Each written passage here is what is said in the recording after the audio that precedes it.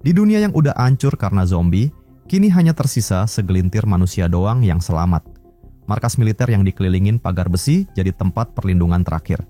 Di markas ini, ternyata ada harapan buat ngalahin virus zombie, yaitu dari anak-anak zombie. Anak-anak zombie ini haus darah kayak zombie, tapi selain itu, tingkahnya hampir kayak manusia biasa. Jadi, para survivor di markas itu ngebuat sekolah zombie khusus buat anak-anak zombie ini. Mereka diikat di kursi, dipaksa belajar kayak manusia normal, dengan harapan bisa nemuin cara ngebasmi virus zombie. Di antara anak-anak zombie yang banyak itu, Melanie adalah yang paling menonjol. Cuma dengan cerita Beauty and the Beast aja, bikin gurunya yaitu Helen bisa sampai nangis terharu. Bagi Helen, anak-anak zombie nggak ada bedanya dengan manusia biasa, dia pengen banget ngasih perhatian kepada Melanie. Tapi, tiba-tiba muncul Sersan Eddie yang marah dan ngingetin kalau mereka itu tetaplah zombie. Kalau dia berani deket-deket, bisa-bisa insting buasnya bakal keluar lagi. Buat ngebuktiin, Eddie kemudian ngelakuin percobaan. Dia ngeludah di lengannya, terus disodorin ke anak-anak zombie itu. Begitu nyium bau daging, si anak zombie langsung marah gak terkontrol. Gak lama kemudian, anak-anak zombie yang lain juga pada ikutan, nunjukin sifat asli mereka yang buas. Tapi, cuma Melanie doang yang bisa nahan diri.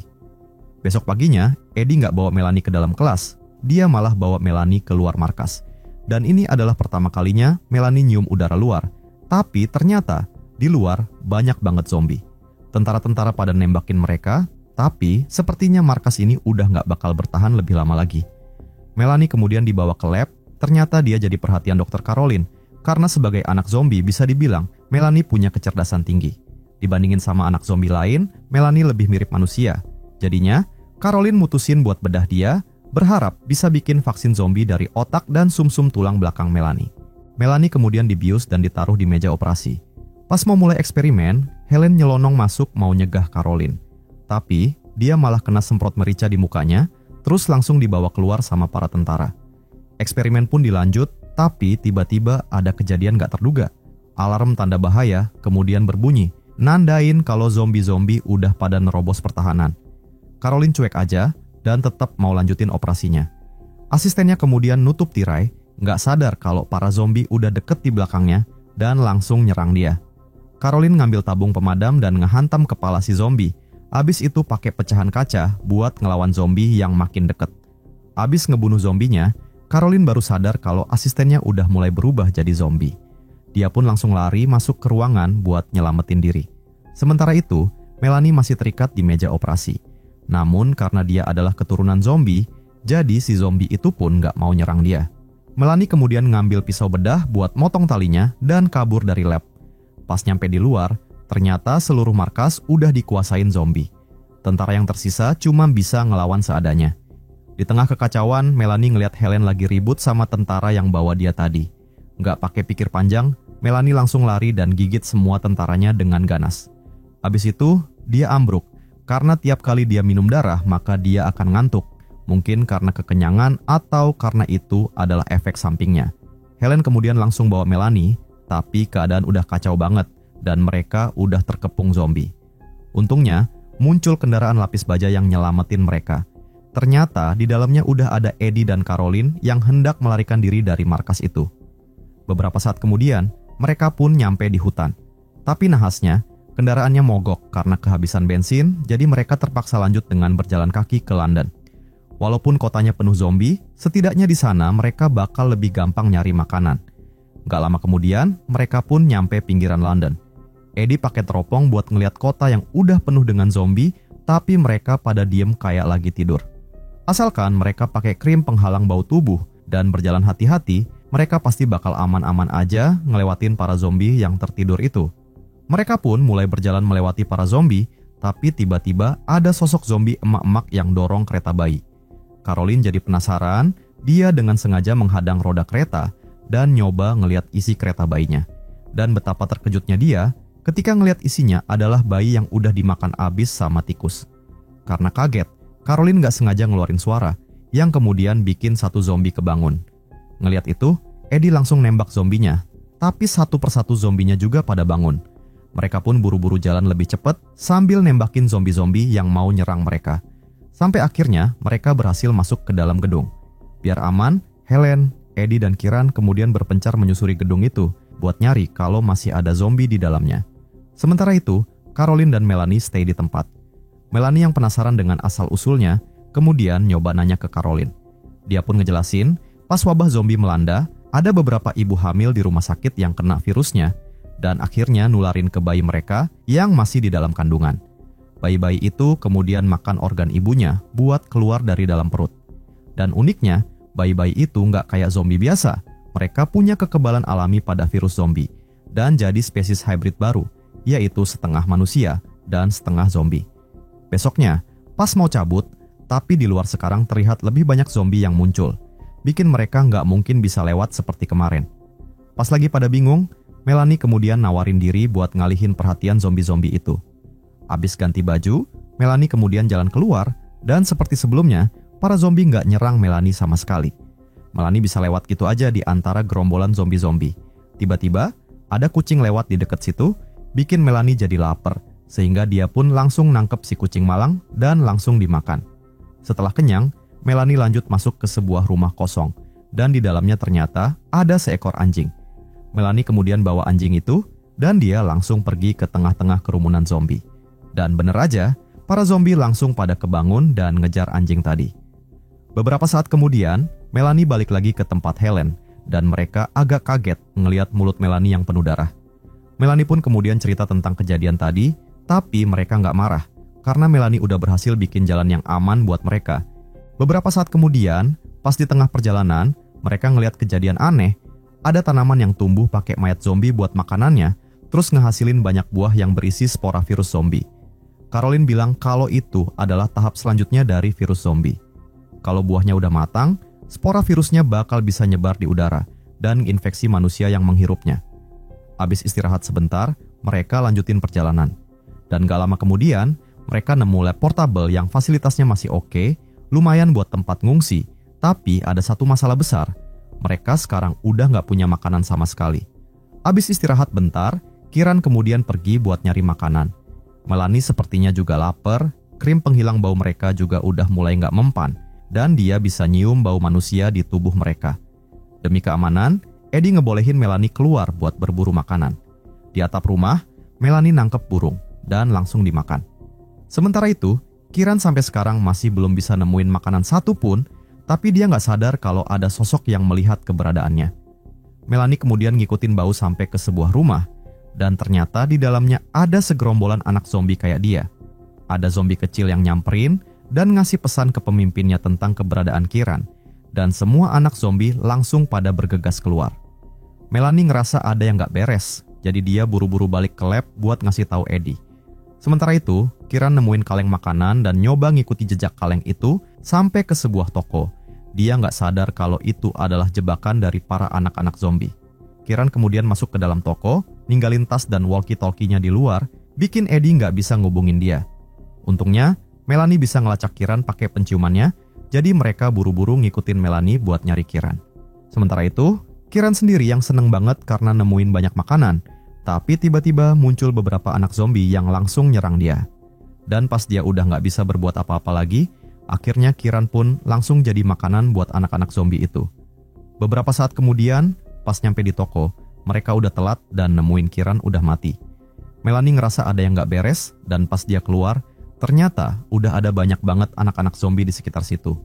Mereka adalah anak-anak zombie yang lahir di luar dan nggak pernah dididik seperti Melanie, jadinya mereka nggak bisa ngomong bahasa manusia. Eddie udah mau nembak mereka, tapi Melanie ngehalangin dan bilang biar dia aja yang mengurusnya. Melanie kemudian berniat buat nantang pemimpin anak-anak zombie. Mereka berantem kayak binatang buas, sementara anak-anak yang lain gak berani ikut campur. Tapi, pemimpin zombinya lumayan jago, bikin Melanie agak kewalahan, sampai akhirnya Melanie berhasil ngeborgol tangan anak itu, dan kemudian mukulin dia sampai tewas. Begitu ngelihat pemimpinnya kalah, zombie-zombie lain gak ada yang berani ngelawan Melanie, bikin mereka akhirnya berhasil pergi dari tempat tersebut. Pas balik ke lab, terlihat pintunya udah kebuka. Dan pas mereka masuk, tiba-tiba muncul Caroline pakai masker gas sambil megang pistol. Dan mereka kemudian terjatuh pingsan terkena gas penidur. Ternyata, Caroline masih berniat pakai Melanie buat bikin vaksin. Tapi, dia ngeremehin Melanie, ternyata Melanie nggak tertidur karena dia bisa nahan nafas lama banget. Dan karena rencananya dirasa gagal, dan Caroline pastinya nggak bakal bisa ngalahin Melanie kalau berkelahi, jadinya dia kemudian mencoba berbicara dengannya. Caroline bilang kalau Melanie bisa jadi obat buat nolong semua orang, termasuk guru kesayangannya, yaitu Helen. Pas denger itu, Melanie mulai goyah. Dia tentu rela ngorbanin diri demi Helen, tapi dia kemudian mikir lagi kalau anak-anak zombie itu nggak salah apa-apa, dan mereka juga pengen hidup. Setelah dapetin keputusannya, Melanie kemudian pergi keluar dan bilang kepada Caroline agar jangan keluar dari tempat ini. Tapi Caroline nggak mau dengerin dan tetap ngikutin dia keluar, yang akhirnya bikin dia ketemu sama anak-anak zombie dan langsung dimakan sama mereka. Sementara itu, Melanie nyamperin tanaman spora raksasa tadi dan langsung dibakar. Dia tahu kalau suhu panas bakal bikin buahnya terbuka lebih cepat, bikin spora virus zombinya nyebar lewat udara ke seluruh dunia. Jadi Melanie udah mutusin kalau anak-anak zombie adalah masa depan manusia yang selanjutnya. Beberapa saat kemudian, pas Melanie mau balik ke lab, tapi ternyata Eddie udah keluar dari dalam lab, bikin dia menghirup spora yang udah berada di udara dan menginfeksi dia. Melanie kemudian minta maaf, karena dia ngira kalau Eddie dan Helen sudah aman di dalam lab. Dan karena Eddie nggak mau mati sebagai zombie, dia pun kemudian ngasih Melanie pistolnya dan minta buat ngebunuh dia sebelum jadi zombie. Dengan berat hati, Melanie pun kemudian memenuhi permintaan Eddie. Sementara itu, Helen sekarang masih aman karena dia berada di dalam lab, dan sepertinya dia akan terus berada di dalam tempat tersebut. Beberapa waktu pun berlalu, sekarang terlihat Helen yang balik jadi guru, dan ngajarin ilmu pengetahuan ke semua anak-anak zombie tadi, sementara Melanie yang mendisiplinkan mereka dari luar.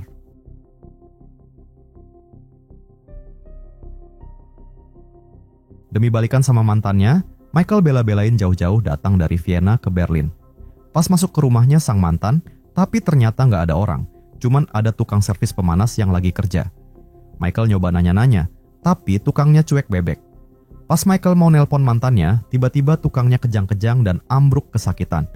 Kemudian muncul Harper, anak magangnya si tukang, yang masuk sambil bawa selang. Gak ada yang nyangka, pas Harper masuk, ternyata si tukang tadi udah berubah jadi zombie, terus langsung nyerang Harper. Michael mau nyoba misahin, tapi dia malah jadi sasaran baru. Ngeliat tukangnya mau nyerang sambil gigit-gigit, Michael yang ketakutan kemudian lari ke atas, tapi akhirnya ketangkap juga sama si zombie. Untungnya Harper datang pas banget buat nolongin. Mereka berdua langsung sembunyi di kamar, ngebarikade pintunya pakai lemari biar zombinya nggak bisa masuk. Michael kemudian mau nelpon polisi, tapi sialnya HP-nya jatuh di lorong. Tiba-tiba ada teriakan dari bawah. Mereka ke jendela dan ngelihat ada polisi yang lagi ngejar cewek. Michael langsung teriak minta tolong, tapi ternyata polisinya juga udah jadi zombie. Makin banyak zombie bermunculan di halaman apartemen dan nyerang siapapun yang mereka lihat. Dan gak sampai beberapa menit, yang kena gigit kemudian juga berubah jadi zombie, bikin halaman apartemennya jadi kayak neraka. Ngeri banget ngeliatnya, bahkan Michael dan Harper sampai mual-mual. Penghuni apartemen lain juga panik dan bingung. Pas nonton berita di TV, mereka baru tahu kalau ada virus aneh yang melanda Berlin. Orang yang kena virus langsung hilang akal sehat, terus berubah jadi zombie yang ganas. Pihak berwenang lagi berusaha ngendaliin keadaan dan nyuruh semua warga buat diam di rumah sambil nunggu dievakuasi. Besoknya, zombie-zombie di bawah udah pada hilang. Ada cowok di gedung seberang yang bernama Ulf yang memberi ide buat nutup gerbang utama kompleks biar nggak diserbu zombie lagi. Tapi, dia cuma bisa ngomong doang, nyuruh orang lain bertindak, tapi dia sendiri nggak ngapa-ngapain. Kemudian ada adik kakak yang bernama Anita dan Klaus yang dengar usulan Ulf tadi.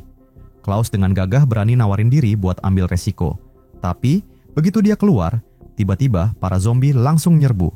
Walaupun Klaus berhasil ngebunuh 2 zombie pakai batang besi, tapi zombie lain makin banyak yang muncul. Dan akhirnya, dia pun mati dikeroyok zombie. Ngeliat abangnya mati mengenaskan, Anita pun sedih banget. Sementara itu, Ulf yang memberi ide tadi malah diam-diam nutup jendelanya. Warga apartemen yang udah panik, jadi makin panik lagi dan cuma bisa diam di dalam, sambil dengerin berita terbaru dengan cemas. Tapi, berita yang mereka dengar malah bikin makin hopeless. Keadaan udah parah banget dan diketahui kalau itu adalah semacam penyakit menular yang nyebar lewat darah dan cairan tubuh. Tapi, meskipun kena virus, orang itu belum tentu bakal berubah jadi zombie. Virusnya cuma nyerang otak manusia kalau tubuh mereka ngeluarin adrenalin. Jadi, kalau ada orang yang terinfeksi tapi bisa kontrol emosi dan stay cool, mereka nggak bakal jadi zombie. atau bisa juga diakalin dengan cara minum obat penenang biar virusnya nggak aktif. Kedengarannya gampang banget, tapi mana mungkin ada orang yang bisa tenang pas lagi diserang zombie. Lagian, kebanyakan rumah juga nggak punya obat penenang, dan keadaan Jerman udah kacau banget. Militer udah mulai evakuasi kota-kota lewat laut, yang berarti para warga sipil basically udah dibiarin berjuang sendiri. Mereka pun bingung mesti gimana, dan tiba-tiba ada suara telepon yang berbunyi di lorong. Michael nebak kalau itu pasti mantannya yang nelpon, dan karena khawatir sama keselamatannya, Michael pun kemudian mutusin buat nekat keluar ngambil HP-nya. Biar Michael aman, Harper kemudian bikin ketapel buat ngusir para zombie. Mereka kemudian buka pintu, tapi ternyata lorongnya sepi banget. Michael cepet-cepet nyari HP-nya, tapi pas mau diambil, HP-nya bunyi lagi, bikin para zombie langsung datang. Michael berhasil ngambil HP di detik-detik terakhir, tapi zombie-zombie udah nerobos masuk. Jadi mereka berdua terpaksa mundur ke kamar dan ngebarikade pintu pakai lemari. Tapi sialnya, ternyata yang nelpon tadi bukanlah mantannya. Harper kemudian nyoba nelpon keluarganya, tapi nggak ada yang jawab, bikin mereka makin hopeless. Tiba-tiba, terdengar suara klakson dari kapal gede banget, bikin semua orang yang selamat di kompleks itu pada buka jendela dan ngeliat keluar. Salah satu tetangga yang bernama Frau teriak-teriak minta tolong. Katanya istrinya kena virus dan obat penenangnya cuma cukup buat sehari lagi.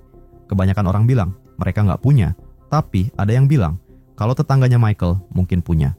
Katanya ada nenek-nenek di sebelah rumahnya Michael yang sering kejang-kejang, jadi pasti punya stok obat penenang di rumahnya. Pas denger ini, Frau yang udah hopeless itu pun langsung mohon-mohon minta tolong ke Michael buat ambilin obatnya, dan sebagai gantinya dia bakal ngasih makanan buat mereka. Dan karena mereka emang butuh makanan, mereka pun kemudian mutusin buat nekat bantu ambilin obat buat tetangganya itu. Michael semalaman begadang mikirin cara aman buat ke apartemen tetangga. Besok paginya, pas lagi makan sisa makanan terakhir di dekat jendela, dia ngeliat ada orang yang selamat di gedung seberang yang gantung diri. Pas ngeliat pengait besi di langit-langit, dia pun langsung dapet ide. Michael ngubah ranjang kayu di kamar mereka jadi alat penjebol tembok dadakan. Pas temboknya udah jebol, ada beberapa zombie yang tertarik dengan suara berisik barusan. Untungnya, mereka bisa nutupin lubangnya pakai lemari sebelum zombie-zombie itu nerobos pintu kamar mereka. Pas lagi sibuk, tiba-tiba muncul si nenek yang udah jadi zombie dan langsung nyerang mereka.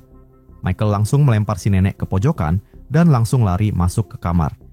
Harper pakai meja buat ngalangin pintunya, sementara Michael nyari-nyari obat penenang di kamar itu. Sementara itu, zombie-zombie dari apartemen sebelah udah jebol penghalangnya dan bentar lagi bakalan nerobos pintu juga. Michael buru-buru nyuruh Harper manjat ke lemari buat ngumpet, sementara dia ngumpet di kamar mandi. Pas mereka udah pasrah dengan nasibnya, tiba-tiba Michael ngeliat ada sesuatu di langit-langit, dan itu adalah tangga rahasia menuju loteng. Michael pun langsung manjat tangganya, dan berhasil kabur pas banget sebelum zombie-zombie itu masuk kamar. Tapi, dia kaget banget. Pas dia nemuin mantannya yang hilang yang bernama Gabi, ternyata ngumpet di loteng. Michael pun mau PDKT-in Gabi, tapi tiba-tiba muncul cowok di sampingnya yang bernama Thorsten, yang kemudian ngeliat luka di tangan Michael. Gabi pun langsung mundur ketakutan, meskipun Michael udah jelasin kalau dia terluka pas ngambil obat penenang. Gabi masih curiga dan ngasih kotak obat penenang ke Michael. Kelihatan banget kalau Gabi pengen Michael cepet pergi dari loteng. Michael pun langsung sadar dengan hubungan mereka. Thorsten adalah anaknya nenek-nenek di bawah, dan Gabi udah pacaran sama dia, dan Michael diputusin gara-gara cowok itu. Dan karena takut Michael bakal jadi zombie, mereka berdua pun ngusir Michael ke atap gedung. Ngelihat kota yang udah hancur lebur dan Gabi yang udah move on, bikin Michael hopeless banget dan hampir nyerah. Tapi, di tengah keputusasaan itu, dia ngelihat perahu kayu kecil di sungai, dan semangat buat bertahan hidup pun muncul lagi. Michael ngambil resiko manjat lagi ke apartemen. Dia pakai genting buat bikin suara yang akhirnya berhasil ngalihin perhatian zombie-zombinya. Terus, dia ngetok pintu rumah yang butuh obat penenang itu dan ngasih ke orangnya. Frau langsung cepet-cepet nyuntik istrinya. Sementara itu, Harper yang masih ngumpet di lemari, nyadar kalau zombie-zombie udah pada pergi. Buat mastiin kalau aman, dia pakai kamera buat ngintip. Tapi ternyata zombie-zombie itu takut dengan cahaya flash kamera. Dan karena sekarang dia tahu kelemahan para zombie, dia nggak cuma kabur dari rumah, tapi berhasil ngusir semua zombie dari lingkungan situ dan ngunci gerbangnya rapat-rapat. Michael ngelihat aksi heroiknya dari lantai atas. Sementara di rumah itu, Frau dan istrinya malah ribut, istrinya kelihatannya udah mulai berubah jadi zombie. Ngerasa ada bahaya, Michael siap-siap ngelindungin diri, tapi Frau nyuruh Michael nurunin senjatanya. Gak lama kemudian, istrinya akhirnya berubah jadi zombie, bikin Michael lari ketakutan. Tapi Frau dengan berani ngalihin perhatian zombinya, ngasih waktu Michael buat melarikan diri. Abis Harper ngebasmi para zombie, orang-orang yang selamat pada ngumpul di halaman buat diskusi. Ada Anita dan Ulf, tapi Gabi dan Thorsten gak kelihatan batang hidungnya. Begitu tahu kelemahan zombie, Michael kemudian ngumpulin lampu-lampu, terus berencana pakai perahu kayu kecil yang dia temuin di sungai buat kabur. Tapi pas Ulf denger kalau perahunya cuma muat 2 orang dan harus diundi siapa yang naik perahu, dia langsung nolak mentah-mentah. Walaupun Ulf protes, yang lain pada bodo amat dan tetap jalanin rencana itu. Ulf kelihatan setuju, tapi diem-diem dia bikin rencana sendiri. Pas yang lain pada tidur, Ulf kemudian ambil lampu-lampunya, berniat mau kabur sendirian. Michael kemudian kebangun pas dengar suara dan langsung mengejar Ulf. Michael pun akhirnya berhasil ngambil balik lampu-lampunya dan balik ke halaman. Tapi nahasnya, Michael kemudian kena gigit zombie. Dia pun cepet-cepet minum obat penenang, meskipun tahu kalau itu cuma nahan bentar doang dan gak bakal bisa nyegah mutasinya. Michael kemudian modifikasi kendaraan buat nganterin Harper dan Anita keluar dari tempat itu. Di tengah perjalanan, para zombie udah banyak banget, tapi berkat cahaya senter, Harper dan Anita berhasil nyelip di antara zombie-zombie itu. Begitu ngelihat mereka udah aman, Michael pun balik ke halaman. Di saat itu juga, dia udah mulai berubah jadi zombie. Tapi, pas mau minum obat penenang terakhirnya, tiba-tiba muncul si nenek zombie yang mengejar Thorsten ke halaman. Dan ternyata, Gabi juga udah berubah jadi zombie dan ngejar dia juga. Begitu ngelihat Michael, Gabi langsung mau nyerang. Tapi karena Michael udah kena virus juga, jadi dia nggak diapa-apain. Michael pun langsung meluk dia erat-erat, dan nggak lama kemudian, Michael pun akhirnya berubah jadi zombie juga. Sementara itu, Harper dan Anita akhirnya berhasil kabur dengan selamat menggunakan perahu kecil tadi.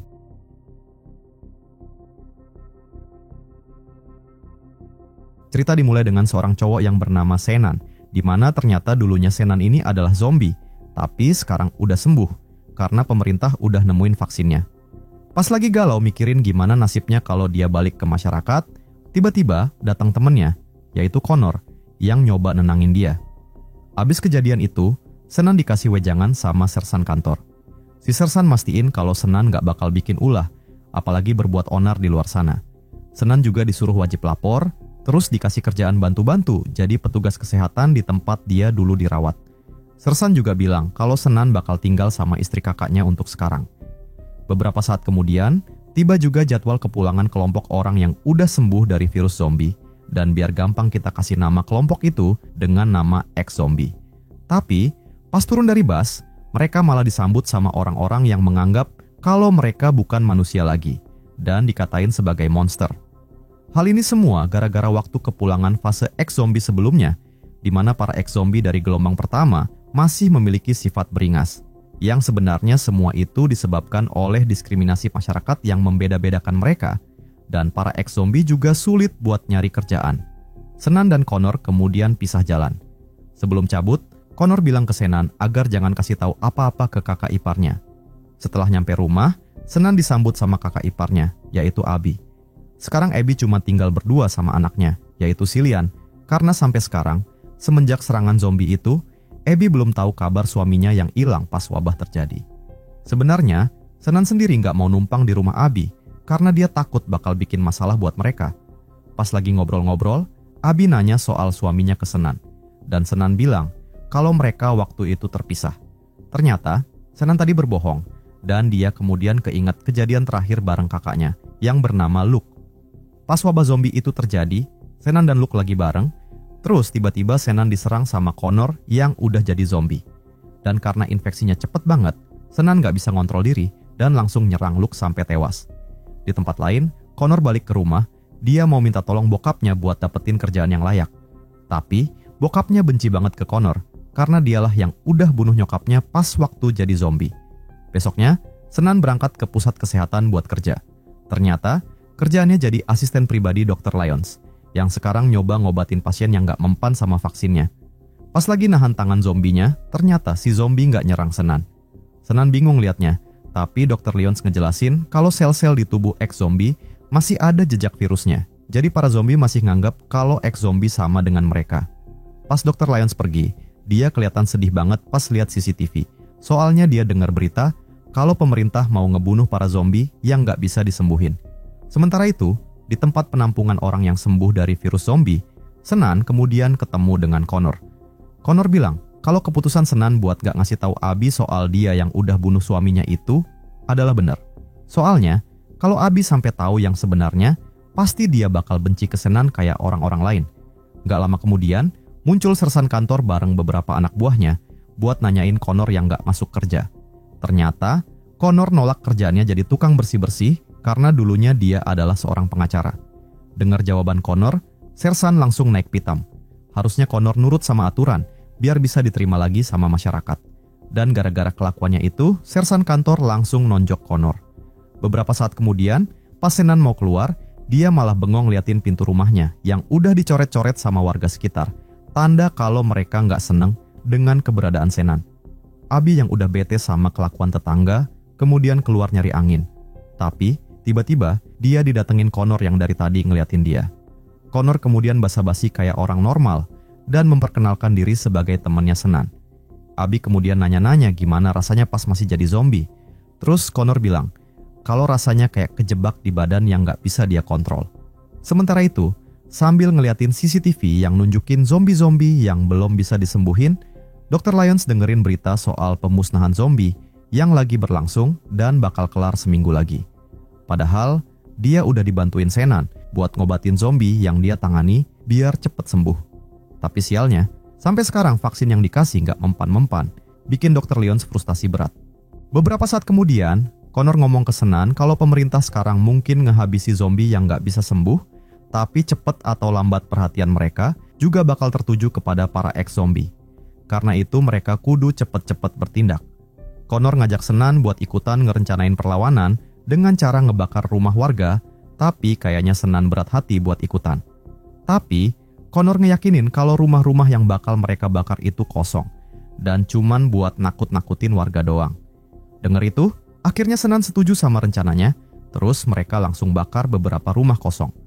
Besoknya, pas mau berangkat kerja, Senan nonton berita yang bilang kalau serangan semalam bikin orang luka-luka dan juga ada korban jiwa. Ternyata, target mereka tadi malam itu adalah rumah sukarelawan pertahanan. Karena ngerasa dibohongin Connor, Senan pun mulai kehilangan kepercayaan sama dia. Pas Senan lagi makan malam bareng keluarga, tiba-tiba Connor nongol di rumahnya. Dan ketika asik ngobrolin soal pemusnahan zombie, Senan langsung naik darah sama Connor, jadi dia langsung nyela omongannya. Tapi, Connor malah ngubah topik pembicaraan. Dia nyinggung soal zombie yang udah bunuh suaminya Abby. Senan langsung panik dan nyuruh Connor pergi aja. Connor yang udah gak punya siapa-siapa setelah ditolak bokapnya, dia curhat kalau sebenarnya dia iri sama Senan yang punya keluarga, yang mau nerima dia. Besoknya, pas Senan abis nganter Cillian ke sekolah, Abby didatengin sama sersan kantor. Si sersan cuman mau mastiin kalau Senan gak macem-macem sama Abby. Makanya, dia ngasih perlindungan buat Abby. Dan setelah ngasih dokumen, sersan kantor langsung cabut. Dan ternyata dokumen yang dikasih sersan kantor itu isinya adalah foto-foto pas Senan lagi diobatin, terus juga ada foto Connor yang berdiri di belakangnya. Akhirnya Abby langsung tahu kalau Connor lah yang udah nularin virus ke Senan. Abis itu, Abby langsung cabut ke tempat penampungan orang sembuh buat nyari tahu rencana Connor dan kelompoknya. Connor kaget pas lihat Abby di situ. Dia kayaknya naksir Abby, jadi dia ngira kalau Abby datang buat jenguk dia. Tapi, kenyataannya beda banget. Abby malah nyuruh Connor buat jauhin keluarganya. Dengar itu, Connor dan teman-temannya langsung pada marah dan berniat mau nangkep Abby. Tapi untungnya, Abby berhasil kabur. Sementara itu, Dr. Lyons ngeliat zombie yang dia obati jadi lebih tenang. Dia pun langsung pengen nemuin si zombie. Tapi, ternyata dia salah perkiraan dan zombinya malah mau nyerang dia. Untungnya, kakinya si zombie masih terikat, jadi dia nggak berhasil nyerang Dr. Lyons. Gak lama kemudian, tentara datang dan langsung bawa zombinya buat dikurung sama zombie-zombie lain. Pas malamnya, Abby dengar ada yang mengetok pintu. Pas dicek, ternyata nggak ada siapa-siapa. Tapi nggak berselang lama, pintunya tiba-tiba didobrak sama orang bertopeng yang langsung nyerang Senan sampai pingsan. Besoknya, polisi datang dan langsung olah TKP mengenai kejadian semalam. Tapi, polisinya malah nganggep kalau kejadian itu biasa aja. Soalnya, semua orang juga benci kepada para ex-zombie seperti Senan. Dan gara-gara kejadian itu, Senan pun kemudian mutusin buat balik lagi ke Connor. Karena gimana pun mereka sama-sama pernah jadi zombie, jadi Senan ngerasa kalau mereka harusnya saling bantu. Sementara itu di rumah, Abi lagi nyari-nyari rekamannya yang hilang. Terus dia sadar kalau penyerangan semalam itu adalah ulah Connor buat ngambil rekaman itu. Abi kemudian langsung nelpon sersan kantor buat ngadu. Di tempat lain, Senan dan Connor lagi pada ngumpul, tapi tiba-tiba muncul Dr. Lyons di tempat itu juga. Ternyata, Dr. Lyons meminta bantuan dari kelompok Connor buat membebaskan zombie yang dia rawat sebelum dibunuh sama pemerintah. Tapi, pas mereka lagi diskusi, tiba-tiba mereka diserbu tentara. Dan ketika yang lain pada kabur, tapi Senan justru diam aja, karena dia ngerasa nggak salah apa-apa. Sementara itu di taman, setelah ngelaporin soal penyerangan kepada sersan kantor, Abby dan Cillian lagi asik main, tapi tiba-tiba muncul Connor. Connor bilang kalau dia pernah ketemu Luke, terus nyuruh Abby nanya ke Senan mengenai apa yang terjadi sama suaminya. Di tempat lain, sersan kantor kemudian meminta Senan buat ngasih tahu rencana Connor. Pas Connor mau pulang, di tengah jalan, ada cewek yang bilang kalau Connor mau ketemuan sama dia di suatu tempat. Beberapa saat kemudian, setibanya di rumah, Abby kemudian langsung maksa Senan buat cerita yang sebenarnya soal Luke. Senan yang udah gak bisa ngeles lagi, akhirnya terpaksa ngaku jujur dan bilang kalau dia gak bisa ngontrol diri pas kena virus dari Connor dan akhirnya dia ngebunuh Luke. Dengar cerita itu, Abby pun langsung marah dan mengusir Senan dari rumahnya. Beberapa saat kemudian, Senan pergi ke tempat janjian yang dibilang sama Connor tadi. Connor ternyata gak mau orang lain dapetin apa yang dia punya dan dia ngancem Senan biar gak balik ke tempat Abby. Tapi, gak berselang lama, muncullah sersan kantor di tempat itu yang ternyata Senan udah ngasih tahu soal pertemuan ini kepadanya. Connor yang marah, kemudian ambil pecahan botol di tanah dan dia langsung bunuh sersan kantor. Connor ngerasa udah dikhianatin sama Senan, jadi dia langsung pergi tanpa ngasih tahu rencananya yang selanjutnya. Besoknya, di pusat pengobatan, terlihat anak buahnya Connor ngebunuhin beberapa tentara penjaga. Senan pun kebingungan, sementara Dr. Lyons yang ada di ruang kontrol kemudian ngebuka pintu sel yang mengurung satu zombie yang dia rawat. Tapi, ternyata dia nggak tahu kalau Connor punya rencana lain. Salah satu anak buah Connor kemudian ngelepasin semua zombie di ruangan itu, biar para zombie bikin kekacauan sekali lagi. Senan yang masih ada di tempat karantina pun bingung banget ngelihat semua pintu kebuka. Untungnya, karena dia adalah ex-zombie, zombie-zombie itu nggak nyerang dia sama sekali. Sementara itu, di luar, anak buahnya Connor ngelakuin misi bunuh diri buat ngebukain gerbang, biar zombie-zombinya pada keluar semua. Sementara itu, Dr. Lyons ngeliat kalau pasiennya itu udah nggak nunjukin gejala zombie, yang artinya vaksin baru yang ia ciptakan telah berhasil nyembuhin para zombie yang kebal sama vaksin terdahulu. Tapi nahasnya, tiba-tiba muncul zombie yang langsung nyerang dia. Di tempat lain, Abby dengar suara tembakan, jadi dia langsung nyoba ngecek. Tapi, pas keluar, dia malah diserang zombie. Untungnya, Abby bisa ngalahin zombinya. Terus, muncul tentara yang langsung datang buat evakuasi para warga. Pas Abby mau dibawa, dia nyoba berontak karena Cillian masih berada di sekolah. Dan ketika dia lihat Senan, dia pun langsung berteriak dan minta tolong buat jemput anaknya itu. Pas nyampe di sekolah, Senan langsung nemuin Cillian dan bawa dia pergi. Tapi dia nggak tahu kalau Connor ngikutin mereka dari belakang. Senan kemudian nyuruh Cillian buat kabur, sementara dia bakal nyoba nahan zombie-zombie yang mau nyerang Cillian. Tiba-tiba, Connor nongol dan nyerang Senan bertubi-tubi, karena dia iri sama kebahagiaan Senan. Untungnya, ada tentara yang lihat Connor dan langsung nembak dia. Di tempat lain, Abby yang nggak ngelihat anaknya kemudian panik dan nyoba bikin kerusuhan, biar dia bisa kabur dari situ. Pas lagi jalan, dia kemudian diserang zombie, tapi untungnya dia bawa pistol milik polisi yang dia ambil. Pas sampai di rumah, Abby akhirnya bisa ketemu lagi sama Cillian. Tapi, kebahagiaannya seketika itu langsung hilang, karena tiba-tiba muncul zombie yang nyerang mereka. Senan berhasil ngebunuh zombinya, tapi sayangnya Cillian udah kena gigit zombie. Abby sedih banget, tapi Senan tahu kalau Dr. Lyons udah nemuin vaksin baru, jadi dia minta Abby jangan bunuh anaknya, dan minta buat biarin Senan bawa Cillian buat nyari vaksinnya. Beberapa waktu kemudian, abis kejadian minggu lalu, berita nyebutin kalau pemerintah udah berhasil ngatasin wabah kedua. Tapi, akibat kejadian itu, semakin banyak masyarakat yang anti kepada ex-zombie. Berita itu juga bilang kalau Dr. Lyons sebenarnya udah berhasil nyempurnain vaksin buat zombie. Tapi, pemerintah tetap mau ngebunuh semua zombie, jadi mereka nutupin fakta mengenai vaksin itu. Kabarnya, sekarang masih ada 29 zombie yang berkeliaran, termasuk Senan dan Cillian yang masih nyoba nyari vaksinnya, padahal mereka nggak tahu kalau Dr. Lyons udah mati.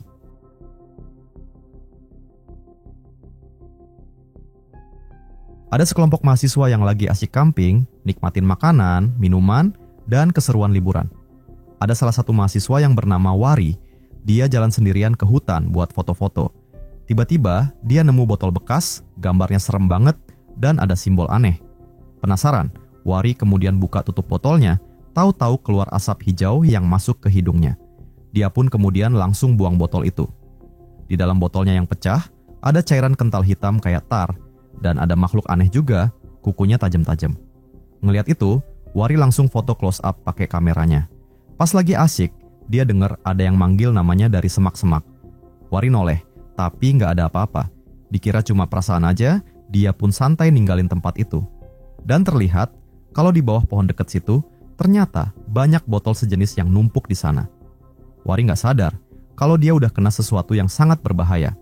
Abis selesai camping, mereka langsung pulang ke sekolah. Karena lagi liburan musim panas, gerbang utama udah dikunci, tapi mereka pinter. Mereka langsung nyelonong lewat gerbang belakang. Dua anak lainnya yang rumahnya deket, milih pulang aja. Pas lewat salah satu gedung, sekali lagi Wari dengar suara orang yang manggil.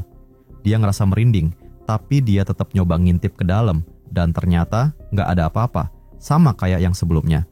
Wari narik napas panjang, dan dia cepet-cepet nyusul yang lain. Mereka kira udah berhasil bolos tanpa ketahuan, tapi ternyata guru piket yang bernama Nasmi udah nungguin di asrama. Mereka pun kena hukuman, yaitu bersihin toilet asrama, karena mereka udah ngelanggar peraturan sekolah, yaitu nggak boleh keluar kampus tanpa izin. Beberapa saat kemudian, pas mereka lagi bersih-bersih, tiba-tiba petir nyamber kabel listrik sekolah, bikin mati lampu seisi kampus. Posisinya yang di pelosok, bikin jaringan HP juga ikutan putus. Toilet yang gelap gulita bikin mereka nggak bisa lanjut kerja, jadi mereka mulai pada bercanda. Nggak ada yang nyadar, sedari tadi Wari diam aja di dekat situ, mukanya pucat banget. Kejadian-kejadian sebelumnya terus kebayang-bayang di pikirannya, dan tiba-tiba dia muntah-muntah, keluar cairan hitam kayak tar. Mereka pun pada kaget ngelihat hal itu, dan langsung bantu Wari balik ke asrama biar istirahat.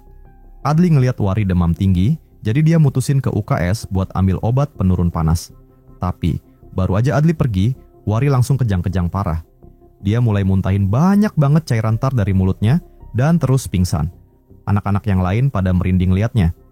Pas kecik mau ngecek Wari, tiba-tiba mata Wari terbuka, matanya udah hitam semua, terus muntahin cairan hitam ke tubuh Sam. Jelas banget kalau Wari udah nggak bisa ngontrol diri dan berubah jadi zombie. Untungnya, pas lagi genting-gentingnya, Adli datang bareng Nasmi. Sorotan senter yang terang bikin Wari yang udah jadi zombie ngerasa kesakitan dan langsung kabur. Pas Adli nyampe, Wari udah ngilang entah kemana, bikin temen-temennya shock berat. Ngelihat mereka pada gemeteran, Nasmi kemudian bawa mereka ke kantornya buat nanya-nanya soal Wari. Tapi tentu aja mereka pada nggak tahu dan bingung semua. Nasmi kemudian mau minta bantuan, tapi ternyata teleponnya nggak ada sinyal. Cuman HP-nya Adli doang yang masih nyala, tapi sinyalnya lemah banget.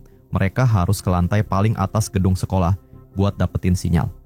Nasmi kemudian langsung bawa Adli ngibrit ke sana, ninggalin yang lain di kantor. Tapi baru aja keluar, mereka langsung dengar teriakan dari gedung asrama. Nasmi yang khawatir langsung bagi tugas. Adli disuruh ke gedung paling atas buat nelpon, sementara dia mau ke asrama buat ngecek situasi. Beberapa saat kemudian, pas Nasmi nyampe, dia pun langsung merinding lihat keadaan di depannya. Banyak mayat-mayat bersimbah darah di kasur, lagi dimakan sama beberapa zombie. Dan parahnya, mayat-mayat itu pun mulai berubah jadi zombie juga.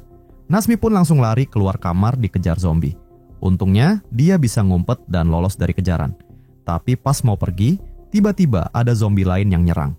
Karena panik, dia langsung nyalain senternya, yang ternyata sekali lagi bikin zombinya ketakutan. Di sisi lain, Satpam juga dengar ada keributan. Dia langsung ikutin suara itu, dan ngelihat ada sosok mahasiswa di hadapannya. Karena nggak tahu apa-apa, dia langsung nyoba ngedekati mahasiswa itu, dan dia pun langsung diserang sama si zombie. Sementara itu, Adli baru nyampe di gedung atas dan kaget banget pas dengar teriakan-teriakan. Dia langsung sembunyi di kelas terdekat. Abis muter-muter, akhirnya dapet sinyal lemah di dekat jendela. Tapi bukannya telepon polisi, Adli malah nelpon kakaknya yaitu Alia, dan minta suruh jemput dia di sekolah. Pas lagi nelpon, sinyalnya tiba-tiba hilang. Di saat bersamaan, Adli kemudian dengar suara aneh di belakangnya, dan ternyata itu adalah Wari yang udah jadi zombie yang langsung nyerang dia. Adli nggak sempat ngehindar dan tangannya kena gigit. Dia kemudian ambil gunting dan nusuk Wari sampai jatuh. Adli pun langsung kabur ninggalin tempat itu. Untungnya, Adli bisa balik ke kantor dengan selamat. Dia kemudian cerita kejadian barusan ke semua orang, bilang kalau dia udah nusuk Wari, tapi nggak tahu apakah udah mati apa belum. Anak-anak lain dengerin sambil shock, tapi Adli lebih khawatir sama dirinya sendiri. Dia takut berubah jadi zombie gara-gara udah kena gigit. Sementara itu, Nasmi yang mau balik ke kantor, tapi dia nggak sengaja ngelihat zombie-zombie yang lagi ngumpul di bawah pohon. Mayat-mayat yang ada di tanah pun kemudian berubah jadi zombie. Nasmi yang merinding liatnya, dia pun terpaksa ngambil jalan lain buat balik ke kantor. Pas lagi jalan, dia dengar suara dari ruangan deket situ. Ternyata itu adalah satpam tadi, yang ternyata lolos dari serangan zombie. Nasmi pun langsung ikutan ngumpet di situ, meskipun sama-sama kebingungan dengan apa yang sebenarnya terjadi di sekolah ini. Habis diskusi bentar, mereka mutusin pergi ke kantor buat ketemu sama anak-anak yang lain sebelum bikin rencana selanjutnya. Sementara itu, pasca dapat telepon dari Adli, Alia dan temennya yang tadinya mau pulang, kemudian terpaksa balik lagi ke sekolah. Dan karena gerbang depan masih ketutup rapat, mereka terpaksa masuk lewat belakang. Sementara itu di kantor, Adli baru sadar kalau Alia mungkin nggak bisa masuk. Khawatir sama keselamatan Alia, dia mutusin pergi ke ruang piket buat ambil kunci, ditemani Kecik biar nggak sendirian. Mereka berdua cepet-cepet nyampe di ruang piket, tapi kunci gerbang utama nggak ada. Tiba-tiba, Adli mulai ngerasain gejala yang sama kayak Wari tadi. Dia ngelihat kilasan aneh di pikirannya, terus muntah cairan hitam. Zombie pun muncul di dekat situ, jadi mereka berdua langsung lari ngumpet di ruang piket. Adli yang tahu kalau dia mungkin juga bakal jadi zombie, dia pun nyoba ngalihin perhatian zombinya, biar Kecik bisa melarikan diri. Dan bener aja, ternyata zombinya nggak nyerang Adli, yang berarti Adli udah kena infeksi tapi belum berubah total. Sementara itu, Alia dan temennya udah nyampe lapangan bola lewat gerbang belakang. Mereka ngelihat bola yang ada bercak darahnya dan sosok misterius berdiri di dekat gawang. Pas mereka mau nyamperin, tiba-tiba sosok itu langsung nyoba nyerang mereka. Kedua cewek itu pun langsung melarikan diri, tapi Alia keselip dan jatuh, dan ketika zombinya mau nerkam, temennya Alia cepet-cepet pakai tali tasnya buat nahan zombinya. Tapi nggak lama kemudian, zombinya lepas lagi. Untungnya, muncul Nasmi dan Satpam yang langsung nolongin dua cewek itu pakai senter mereka. Tapi, zombie-zombie lain makin banyak yang datang, dan gak sempet jelasin apa-apa, Nasmi langsung aja bawa mereka lari ke kantor. Gak lama kemudian Kecik nyusul, terus dia ngasih tahu kalau Adli udah jadi zombie. Alia pun sedih banget dengar kabar itu. Tapi, yang paling penting sekarang, mereka harus kabur dari sekolah pakai mobil. Tapi sialnya, temennya Alia bilang, kalau tas yang isinya kunci mobil udah kebawa zombie pas tadi mereka berantem. Mereka mulai putus asa, tapi Nasmi inget kalau zombie-zombie itu takut cahaya. Kalau mereka bisa nyalain genset darurat sekolah, pastinya mereka bisa ngidupin lampu melawan zombinya. Mereka pun kemudian bagi tugas, Satpam dan yang lain pergi nyalain genset, sementara Nasmi dan Alia ke gedung paling tinggi buat minta tolong. Pas nyampe lantai bawah, ternyata banyak banget zombie. Untungnya, zombinya nggak lama di situ, jadi mereka bisa naik ke atas. Pas Alia mau ngeluarin HP, dia kemudian ngeliat Adli berdiri nggak jauh dari situ. Mereka hati-hati nyoba nyamperin, nggak tahu kalau Adli udah jadi zombie. Nazmi langsung melawan, tapi dia malah berhasil dikalahin. Alia nyoba nolongin, tapi dia juga mau diserang Aldi. Alia kemudian nyoba manggil-manggil nama saudaranya itu. Dan dengar suara Alia, kesadaran Aldi sepertinya mulai kembali. Dia pelan-pelan nurunin tangannya dari leher Alia, tapi efek virusnya mulai ambil alih tubuhnya lagi. Dan biar nggak nyakitin saudaranya, dengan sisa-sisa kesadarannya, Adli kemudian melompat terjun dari gedung itu. Sementara itu, para zombie udah makin deket ke lantai atas, jadi Nasmi terpaksa nyeret Alia yang masih sedih dan pergi dari situ. Mereka kemudian ngumpet di kelas paling dalam, pas banget ketika zombinya nyampe. Tapi saking paniknya, Alia nggak sengaja nabrak meja, bikin zombie-zombie pada tahu keberadaan mereka. Mereka nggak punya pilihan selain kabur lewat pintu belakang. Dan walaupun sempat lolos dari beberapa zombie, tapi pas mau ngumpet di gudang, mereka langsung diserang lagi. Untungnya mereka bisa buka pintu gudang pas di detik-detik terakhir, tapi nahasnya, Nasmi kena gigit di tangannya pas lagi ngehalau zombie.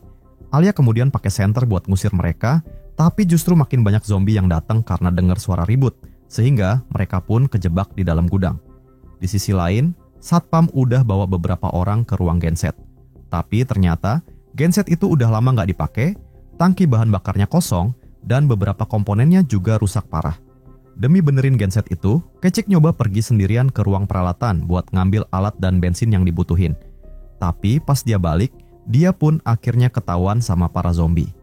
Dia pun langsung lari ke ruang mesin sambil dikejar sama gerombolan zombie. Ngelihat hal itu, si Satpam langsung nyoba nolongin dan ngasih perlindungan buat Kecik. Kecik akhirnya berhasil masuk ruang mesin, tapi sayangnya si Satpam malah justru jadi santapan para zombie. Kecik dan temennya kemudian menggunakan semua waktu yang diberikan oleh si Satpam buat benerin gensetnya. Sementara itu, di sisi lain, situasinya udah makin parah. Zombie di luar makin banyak dan efek virusnya juga mulai ngebuat Nazmi kehilangan kesadarannya. Nggak ada pilihan lain, dia pun kemudian mutusin buat ngorbanin diri biar Alia bisa kabur. Dia lindungin Alia pas lari lewat pintu belakang, terus nyalain tabung gas di gudang. Zombie-zombie langsung pada nyerbu masuk, dan pas udah mau pingsan, Nazmi langsung nyalain korek di tangannya dan ngebakar seluruh ruangan itu beserta semua zombinya. Di saat bersamaan, gensetnya juga berhasil dibenerin. Lampu-lampu langsung nyala, bikin semua zombie yang terkena cahaya langsung pada tumbang. Pagi harinya, para polisi dan pemadam kebakaran akhirnya tiba di sekolah itu, dan mereka kemudian nemuin tubuh Nazmi yang masih bernafas. Mereka pun kemudian bawa Nazmi ke rumah sakit, dan tiba-tiba mata Nazmi terbuka dengan warna hitam pekat.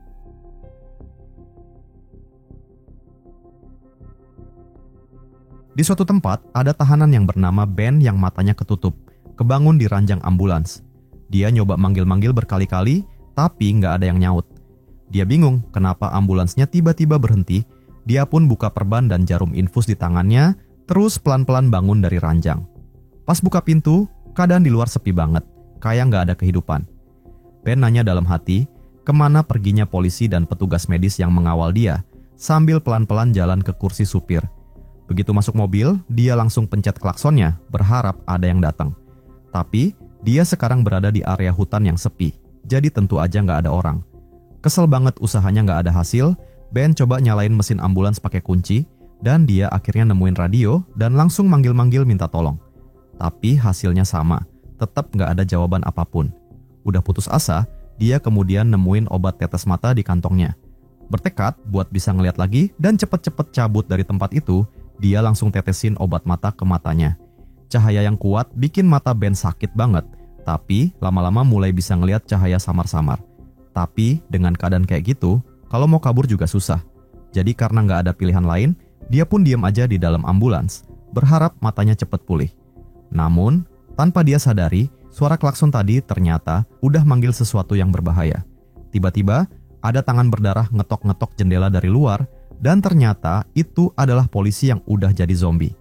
Karena Ben gak bisa ngeliat apa-apa, Ben ngira itu adalah orang biasa, dan dia pun langsung buka pintu mobil buat minta tolong. Merasa ada bahaya, Ben buru-buru keluar lewat pintu samping. Ketakutan dan gak bisa ngeliat, bikin dia terus mundur. Tapi, untungnya si zombie kemudian kesangkut sesuatu, jadi Ben bisa kabur dari situ. Sambil pelan-pelan meraba jalan, dia tiba-tiba ditarik sama polisi lain yang luka-luka, nyuruh dia cepat kabur. Hal itu pun bikin Ben makin panik, jadi dia langsung buru-buru ngacir sekencang-kencangnya. Beberapa saat kemudian, Ben kemudian nyampe di sebuah gedung. Dia nyoba ngetuk-ngetuk, tapi nggak ada yang nyautin. Pas lewat tikungan, tiba-tiba ada zombie yang nongol di depannya, bikin Ben langsung jatuh ke tanah. Untungnya, tongkatnya bisa nahan serangannya, tapi perban Ben lepas, bikin matanya langsung kena cahaya, dan terasa sakit banget. Ben berusaha ngedorong si zombie, terus pakai tongkat itu buat ngelindungin diri. Pas zombinya nyoba nyerang lagi, tapi lehernya malah kesangkut di tongkatnya. Saat itu juga, Ben samar-samar ngelihat sosok buram. Dia berdiri, ngedorong zombinya, terus habisin si zombie pakai tongkat saktinya itu. Pas baru sadar dengan keadaan yang berbahaya, Ben buru-buru meraba-raba dinding buat masuk ke dalam rumah. Begitu nutup pintu, matanya langsung terasa perih banget, jadi langsung dia tutupin pakai kain. Abis istirahat bentar, Ben mulai ngecek-ngecek rumahnya. Jendela-jendelanya udah dipagerin sama pemiliknya, sepertinya buat ngelindungin dari zombie. Di lantai atas, di dalam bak mandi, dia nemuin mayat si pemilik rumah, penampakan kalau mereka udah putus asa. Ben tahu kalau dia mau selamat, dia harus bertahan di rumah ini. Jadi dia mulai ngapalin setiap sudut rumah. Tapi pas di lantai 2, Ben dengar suara langkah kaki samar-samar. Pas diikutin, ternyata pintu belakang rumah udah kebuka lebar. Ben yang ketakutan langsung masuk dan ngebarikade pintu pakai lemari, tapi dia nggak tahu kalau zombinya udah masuk ke rumah. Sambil terus menjelajah, tongkat Ben tiba-tiba nyentuh zombie yang udah masuk tadi, dan zombie itu pun langsung nyerang dia. Ben panik banget, tapi untungnya dia udah apal letak tangganya, jadi dia langsung lari ke lantai 2 sambil dikejar sama zombinya. Pas sudah kepepet mau dimakan, tiba-tiba ada polwan yang nongol di tangga dan langsung nembak kepala zombinya. Begitu dengar suara tembakan, Ben secara refleks langsung angkat tangan. Dia pun kemudian minta tolong bukain borgolnya. Tapi bukannya ditolongin, tangannya malah diborgol lagi. Ben mohon-mohon sama si polwan yang bernama Mara buat dilepasin, tapi ditolak mentah-mentah. Mara nggak mau ambil resiko, karena Ben diborgol, pastinya dia adalah penjahat. Abis itu, Mara buang mayat zombinya dan ngecek setiap sudut ruangan. Pas nyampe basement, ternyata keadaannya lebih aman daripada di atas, sehingga dia pun kemudian bawa Ben turun ke bawah. Mereka pun kemudian ngobrol dan kenalan. Ternyata Mara ini lagi hamil, tapi masih tetap kerja di kantor polisi. Dia kemudian cerita kalau dia sial banget, tadi dia ketemu sama cewek yang mau berubah jadi zombie. Tapi pas Mara mau nolongin, si cewek itu malah ngambil kesempatan. Dia ngambil pistol dari mobil polisi dan bawa kabur mobilnya. Mara pun terpaksa jalan kaki, sampai akhirnya dia nyampe di tempat mereka sekarang. Beberapa saat kemudian, Mara sadar kalau diem di tempat ini bukanlah solusi, jadi Mara kemudian mutusin buat lepasin borgolnya Ben. Dia berencana mau bawa Ben ke ambulans, terus pakai ambulans itu buat cari bantuan. Tapi, begitu mereka keluar rumah, Mara dan Ben langsung papasan sama zombie. Mara nembakin 3 peluru buat ngebunuh zombie itu, jadi pelurunya sekarang tinggal 2, ditambah lagi dia harus ngebimbing Ben yang buta. Jadi mereka terpaksa balik lagi ke basement. Biar peluang selamatnya lebih gede, Mara mutusin buat keluar sendiri ngambil ambulans itu. Sebelum pergi, dia ngasih Ben kapak dan tali, nyuruh dia pakai tali itu buat cari jalan keluar kalau zombie sampai nerobos masuk. Ben yang merasa ditinggal dan dia salah paham sama niat baiknya Mara, tapi Mara meyakinkan Ben kalau dia bakal balik lagi. Ditinggal sendirian di basement, Ben ngikutin tali buat balik ke atas, terus ngunci pintunya biar aman. Dia santai-santai dulu di sofa, sambil ngurusin matanya yang sakit. Dan karena kelelahan, dia pun akhirnya ketiduran tanpa sadar. Tiba-tiba, dia kebangun gara-gara ada suara, dikiranya Mara udah balik. Tapi, ternyata itu adalah zombie yang udah merangkak masuk lewat jendela. Ben ngerasa ada bahaya, tapi untungnya dia udah hafal rumahnya, jadi dia bisa ngakalin si zombie. Dia ngambil kapak dan terus muter-muter sampai akhirnya berhasil keluar. Tapi di luar dia juga ketemu sama zombie lainnya, jadi dia langsung pakai kapaknya dan berhasil ngebunuh si zombie, meskipun ngayunin kapaknya secara ngawur. Ben pun kemudian langsung pergi dari tempat itu. Beberapa saat kemudian, pas lagi nyusurin hutan, tanpa sadar Ben malah nyasar dan sampai di sebuah kabin kayu. Dia duduk di depan pintu dan nyoba ngobatin matanya lagi, di mana pas dibuka, ternyata pandangannya udah lumayan mendingan. Tapi, gak lama kemudian dia dengar suara-suara aneh di dekat situ. Sambil bawa sekop buat jaga-jaga, zombie kemudian nongol dari samping. Walaupun sempat ngehindar dari serangan pertama, dia agak kagok pas ngebalas dan baru dapat posisi yang pas buat mukul si zombie ketika mau gigit kakinya. Sementara itu, Mara akhirnya nyampe di ambulans, tapi dia malah diserang sama mayat yang udah berubah jadi zombie dari dekat situ. Pistolnya jatuh, Mara berjuang lepasin diri dan berhasil ngambil pistolnya lagi dan langsung nembak si zombie. Tapi ternyata nggak mempan, padahal pelurunya udah habis. Panik banget, Mara kemudian pakai batu nisan di dekatnya buat ngabisin si zombie. Nahasnya, kebahagiaan itu cuma sebentar, karena dia baru tahu kalau ambulansnya udah rusak dan nggak bisa dipakai lagi. Mara pun terpaksa balik lagi ke kabin dengan tangan kosong. Pas masuk kabin, Mara lihat Ben udah nggak ada, jendela yang pecah bikin dia yakin kalau ada zombie yang udah masuk ke tempat persembunyian mereka. Mara pun langsung ambil senjata punya si pemilik rumah dan langsung buru-buru nyari Ben. Sementara itu di hutan, Ben nggak sengaja nemu tempat perkemahan. Pas masuk, dia nyapa orang di dalamnya, tapi orangnya malah keluar sambil nembakin Ben. Beberapa saat kemudian, Ben tersadar di dalam mobil, dan muncullah orang yang nembak dia yang bernama Gator. Gator tadi ngira Ben adalah zombie, jadi dia langsung nembak dia, dan untungnya cuma kena bahunya doang.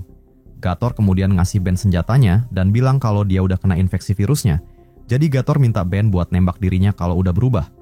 Ben ragu-ragu, tapi kondisi Gator makin parah dan akhirnya dia pun tewas. Udah gitu, zombie-zombie lain juga makin dekat dari luar mobilnya.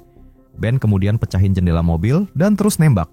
Tapi nggak taunya Gator udah berubah jadi zombie juga dan langsung nyerang dia. Dan untungnya Ben masih bisa ngehindar dan ngumpet ke dalam ruangan. Di saat yang sama, Mara udah nyampe deket kabin dan nemuin obat tetes mata yang dipakai Ben tadi.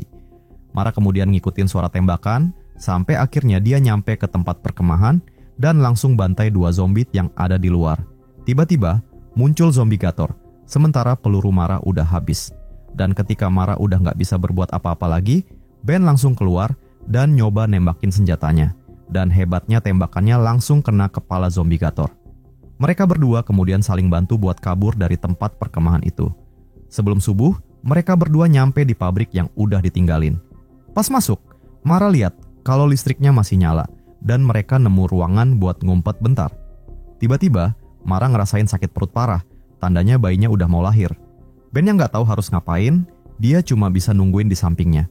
Tapi, kepanikan mereka makin parah pas dengar suara geraman, para zombie udah masuk ke dalam pabrik juga. Jadi mereka terpaksa harus kabur lagi. Pas lagi nyari jalan keluar, mereka ketahuan sama zombie. Pabriknya banyak banget jalannya, jadi mereka sempat nyasar. Ada satu zombie yang berhasil nyusul, tapi Ben bisa ngalahin dia dengan sekali pukulan. Mereka kemudian lanjut nyari jalan keluar, tapi Ben tiba-tiba diseret sama zombie lain. Dia nyuruh Mara buat terus lari, tapi Mara udah gak kuat lagi buat jalan. Pas lagi kelelahan, Mara ngeliat zombie lain ngedeketin dia. Karena udah gak bisa berbuat apa-apa, Mara cuman bisa teriak-teriak minta tolong. Untungnya, Ben kemudian muncul dan langsung bunuh zombinya. Tapi, ternyata Ben juga udah kena gigit. Biar Mara selamat, Ben harus nyari jalan keluar sebelum dia berubah jadi zombie. Di sepanjang jalan, mereka ketemu banyak zombie, tapi untungnya zombie-zombie itu nggak gerak cepet. Sampai akhirnya, mereka nemuin jalan keluar. Pas Mara udah keluar, Ben langsung nutup pintunya dan terus ngelawan zombie-zombie yang muncul dari belakang. Abis pakai senjatanya buat bunuh semua zombinya, Ben sisain 1 peluru buat dirinya sendiri. Sementara itu, Mara yang berhasil kabur, kemudian jatuh dan pingsan di pinggir jalan, karena dia udah gak kuat nahan sakit perutnya. Tapi, beruntungnya, dia kemudian ditolongin sama orang yang lewat di jalan itu. Dan setelah beberapa saat, Mara akhirnya berhasil melahirkan bayinya dengan selamat di dalam mobil.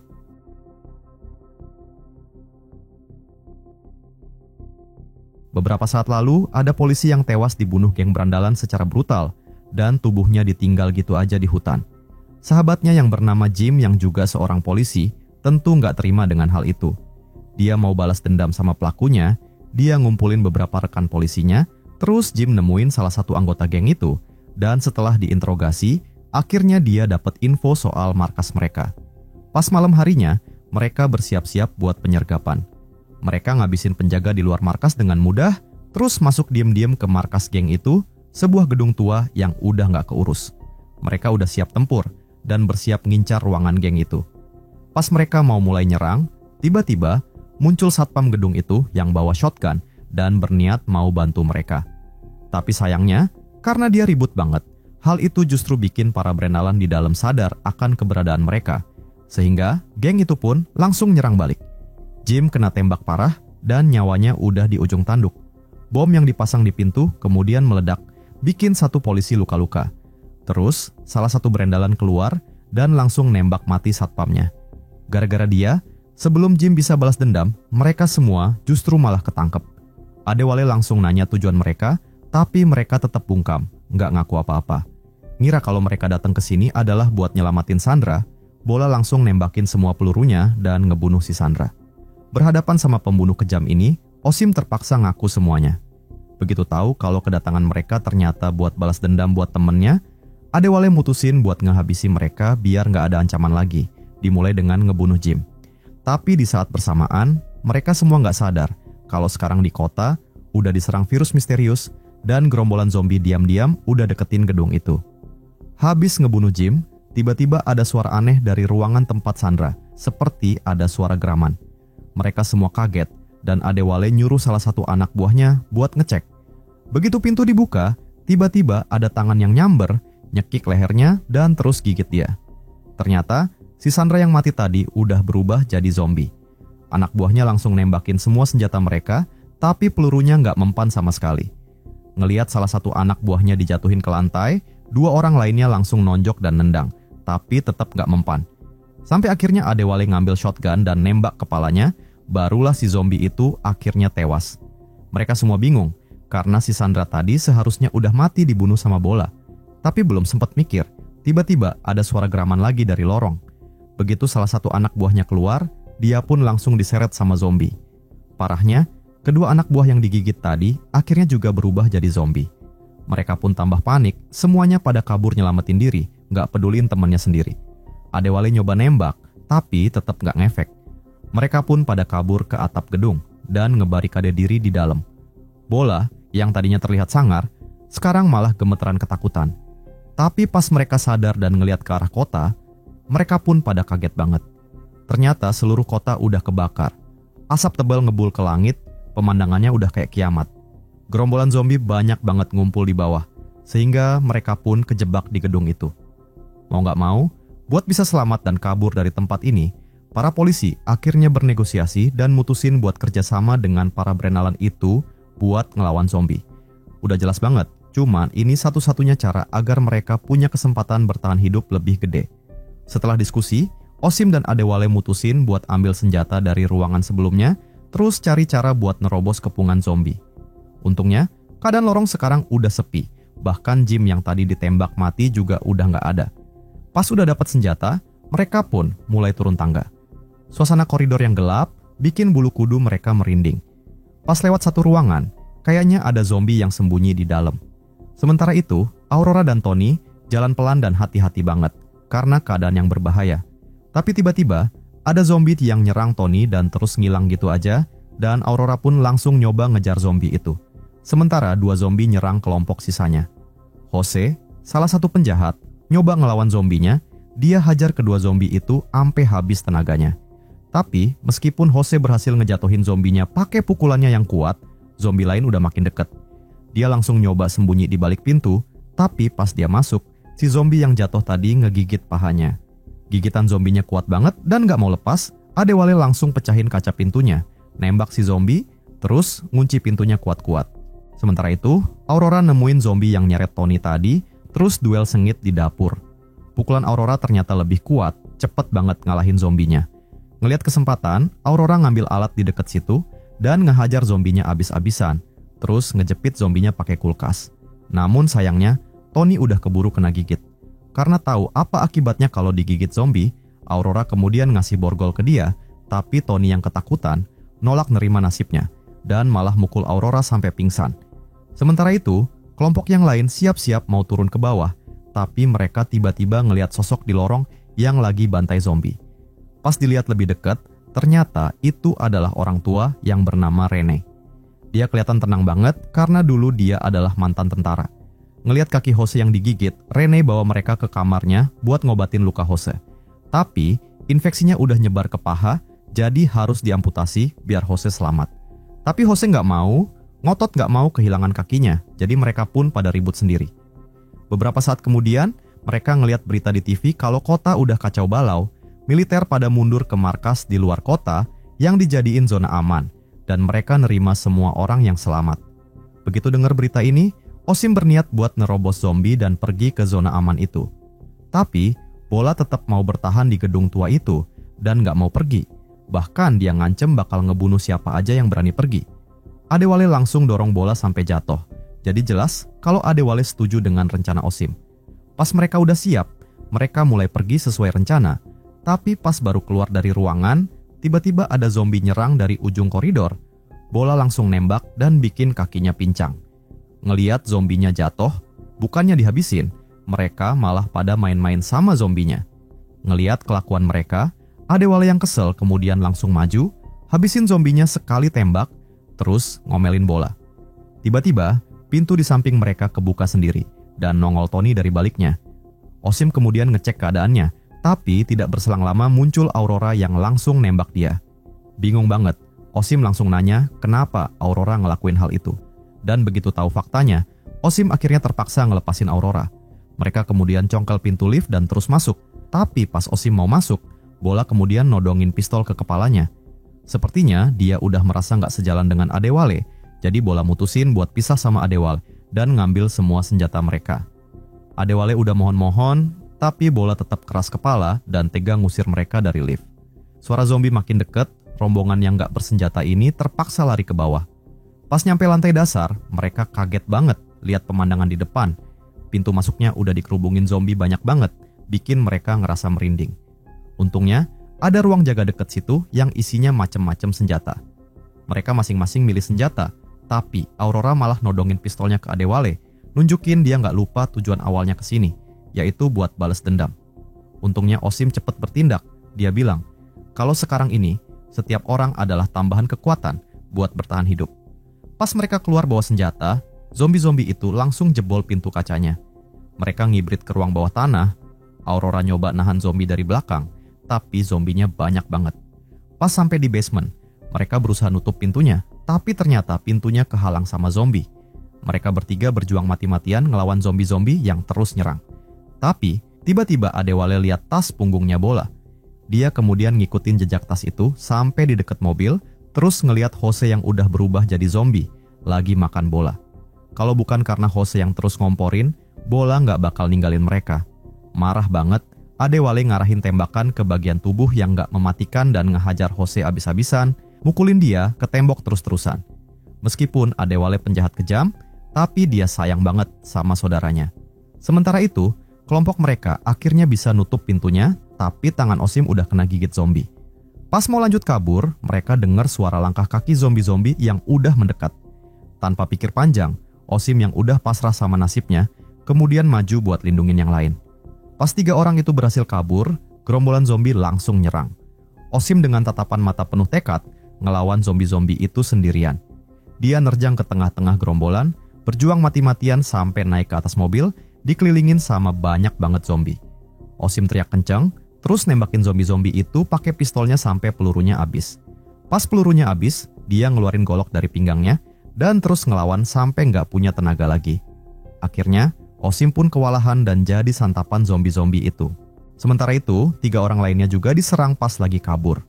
Untungnya, Rene punya senjata mesin yang ampuh banget, bisa bikin jalan di tengah zombie-zombie itu. Tapi zombinya nggak habis-habis, jadi dia langsung masuk ke dalam ruangan dan nutup pintunya. Zombie-zombie udah deket banget, mereka terus berlari sambil nembakin semua zombie-zombie yang ada di lorong sempit. Tapi, sekuat apapun mereka ngelawan, jumlah zombinya udah terlalu banyak dan bikin mereka kewalahan. Nggak mau mati tanpa perlawanan, Rene yang udah kelelahan itu pun kemudian buka pin granat dan langsung masukin ke mulut zombie yang nyerang dia. Untungnya, di detik-detik terakhir, yang 2 orang itu berhasil ngebuka pintu besi dan kabur, dan di saat bersamaan terjadilah ledakan gede yang membunuh semua zombie di sekitar situ. Beberapa saat kemudian, sekarang tinggal Adewale dan Aurora doang yang masih selamat. Tapi, Adewale nggak sadar kalau Aurora selama ini masih inget sama dendamnya. Jadi, belum sempat ngerasain lega karena berhasil kabur, Adewale udah ditodongin pistol sama Aurora. Bahkan di dalam keadaan yang udah kacau balau karena zombie seperti sekarang, Adewale nggak bisa lepas dari tanggung jawab atas perbuatannya yang udah ngebunuh polisi. Dan pada akhirnya, Aurora pun langsung nembak Adewale di kepala sampai tewas.